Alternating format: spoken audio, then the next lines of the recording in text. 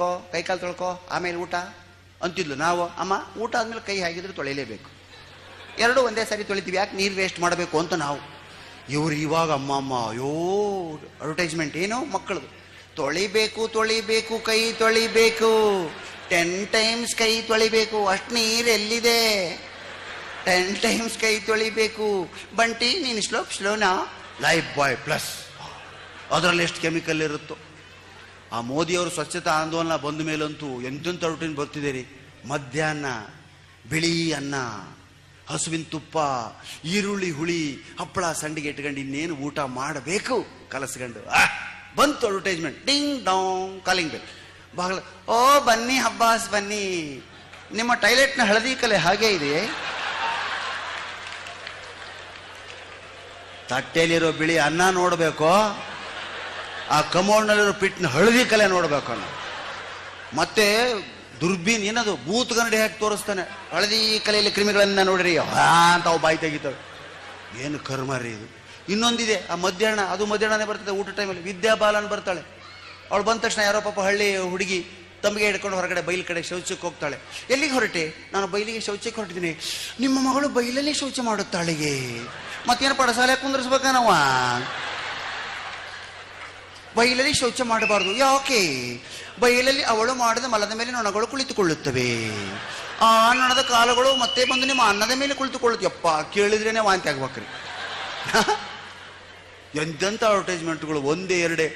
ದಯವಿಟ್ಟು ತಾಯಿ ಅಂದರೆ ನಿಮ್ಮ ಆಹಾರ ಪದ್ಧತಿಯನ್ನು ಬದಲಿಸ್ಕೊಂಡು ಮುಖಕ್ಕೆ ಸೌಂದರ್ಯ ತಂದುಕೊಳ್ರಾಗ್ರಿ. ಹೊರಗಡೆಯಿಂದ ಕ್ರೀಮ್ ಹಚ್ಕೊಬೇಡ್ರಮ್ಮ, ಹೊರಗಡೆಯಿಂದ ಮುಖಕ್ಕೆ ಏನು ಹಚ್ಕೊಂಡ್ರು ಬೆಳಗಾಗಲ್ಲ.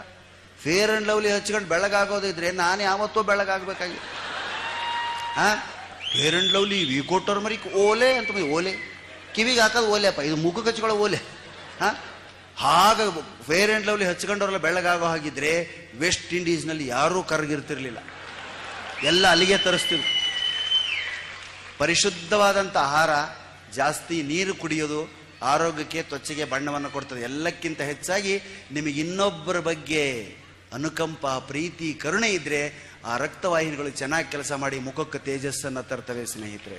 ಇನ್ನೊಬ್ಬರ ಬಗ್ಗೆ ಯಾವಾಗಲೂ ಒಳ್ಳೆಯದನ್ನೇ ಯೋಚನೆ ಮಾಡಿ ಮುಖದಲ್ಲಿ ಬಣ್ಣ ತಾನೇ ಬರ್ತದೆ,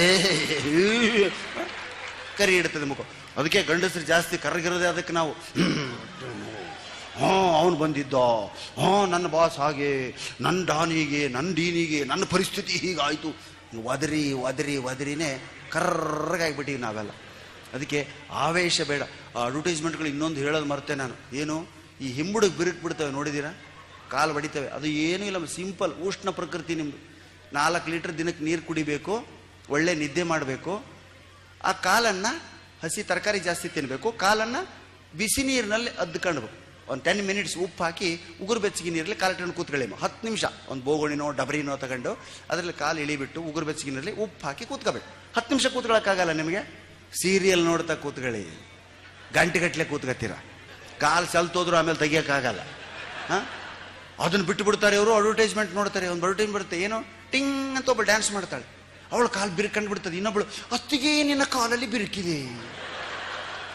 ಏನು ಭೂಮಿ ಬಿರುಕು ಬಿಡೋದಕ್ಕ?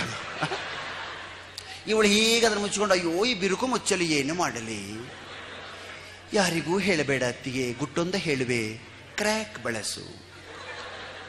ಟಿಂಗ್ ಅಂತ ಹಚ್ಚಿಲ್ಲ, ಬಿರುಕೆಲ್ಲ ಹೋಯ್ತು. ಮತ್ತೆ ಟಿಂಗ್ ಅಂತ ಡ್ಯಾನ್ಸು, ಅಯ್ಯೋ ಬಿರುಕೆಲ್ಲ ಮುಚ್ಚಿ ಹೋಯಿತು. ಮನೇಲಿ ಬಿರುಕು ಶುರುವಾಯ್ತು. ಇವ್ರು ನೋಡಿಬಿಡ್ತಾರೆ ಅದನ್ನು.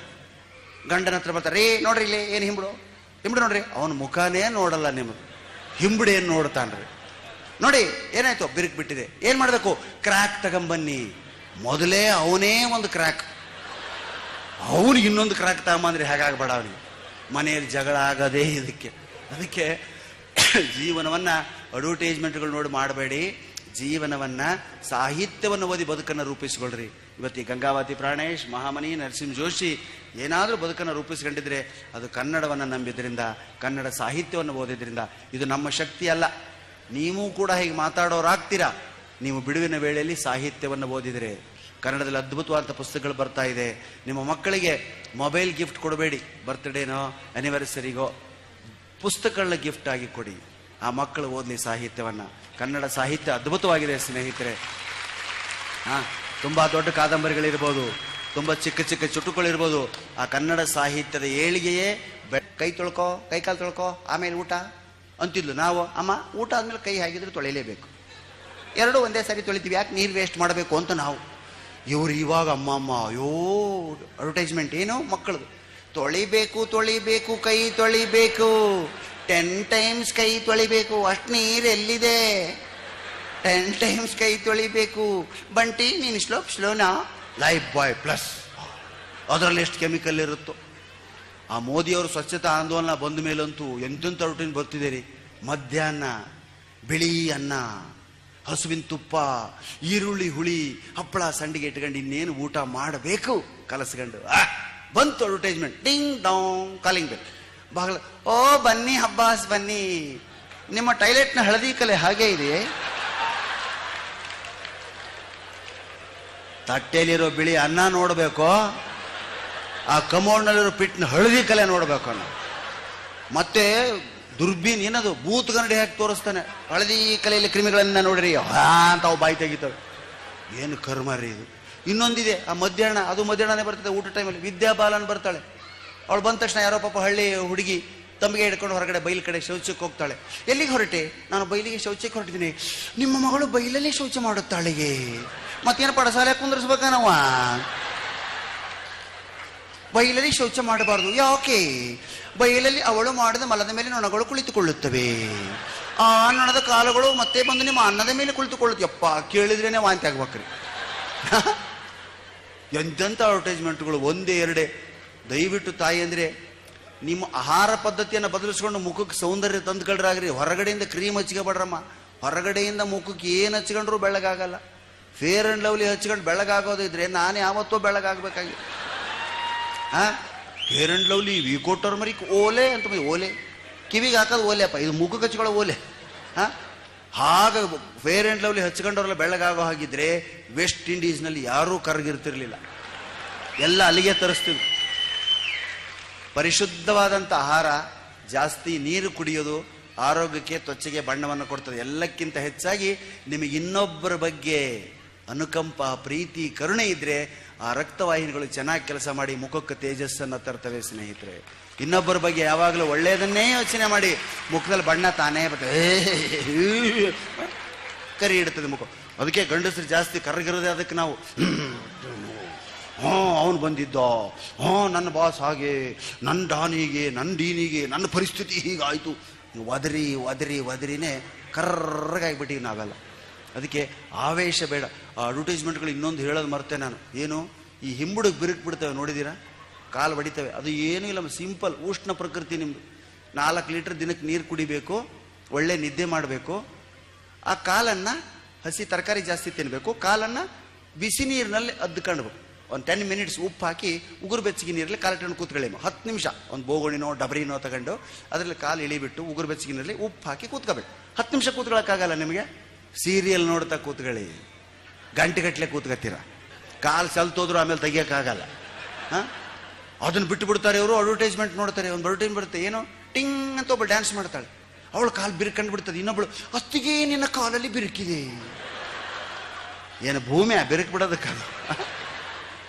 ಇವಳು ಹೀಗೆ ಅದನ್ನು ಮುಚ್ಚಿಕೊಂಡು, ಅಯ್ಯೋ ಈ ಬಿರುಕು ಮುಚ್ಚಲು ಏನು ಮಾಡಲಿ, ಯಾರಿಗೂ ಹೇಳಬೇಡ ಅತ್ತಿಗೆ, ಗುಟ್ಟೊಂದ ಹೇಳುವೆ, ಕ್ರ್ಯಾಕ್ ಬಳಸು.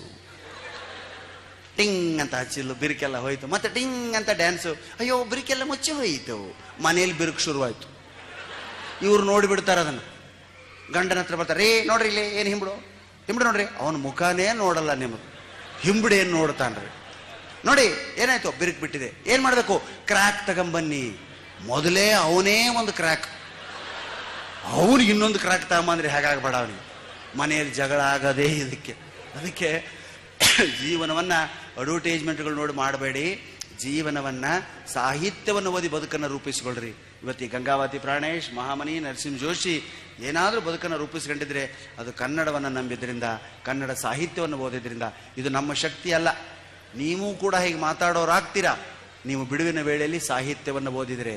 ಕನ್ನಡದಲ್ಲಿ ಅದ್ಭುತವಾದ ಪುಸ್ತಕಗಳು ಬರ್ತಾ ಇದೆ. ನಿಮ್ಮ ಮಕ್ಕಳಿಗೆ ಮೊಬೈಲ್ ಗಿಫ್ಟ್ ಕೊಡಬೇಡಿ, ಬರ್ತ್ಡೇನೋ ಆ್ಯನಿವರ್ಸರಿಗೋ, ಪುಸ್ತಕಗಳನ್ನ ಗಿಫ್ಟ್ ಆಗಿ ಕೊಡಿ. ಆ ಮಕ್ಕಳು ಓದಲಿ ಸಾಹಿತ್ಯವನ್ನು. ಕನ್ನಡ ಸಾಹಿತ್ಯ ಅದ್ಭುತವಾಗಿದೆ ಸ್ನೇಹಿತರೆ.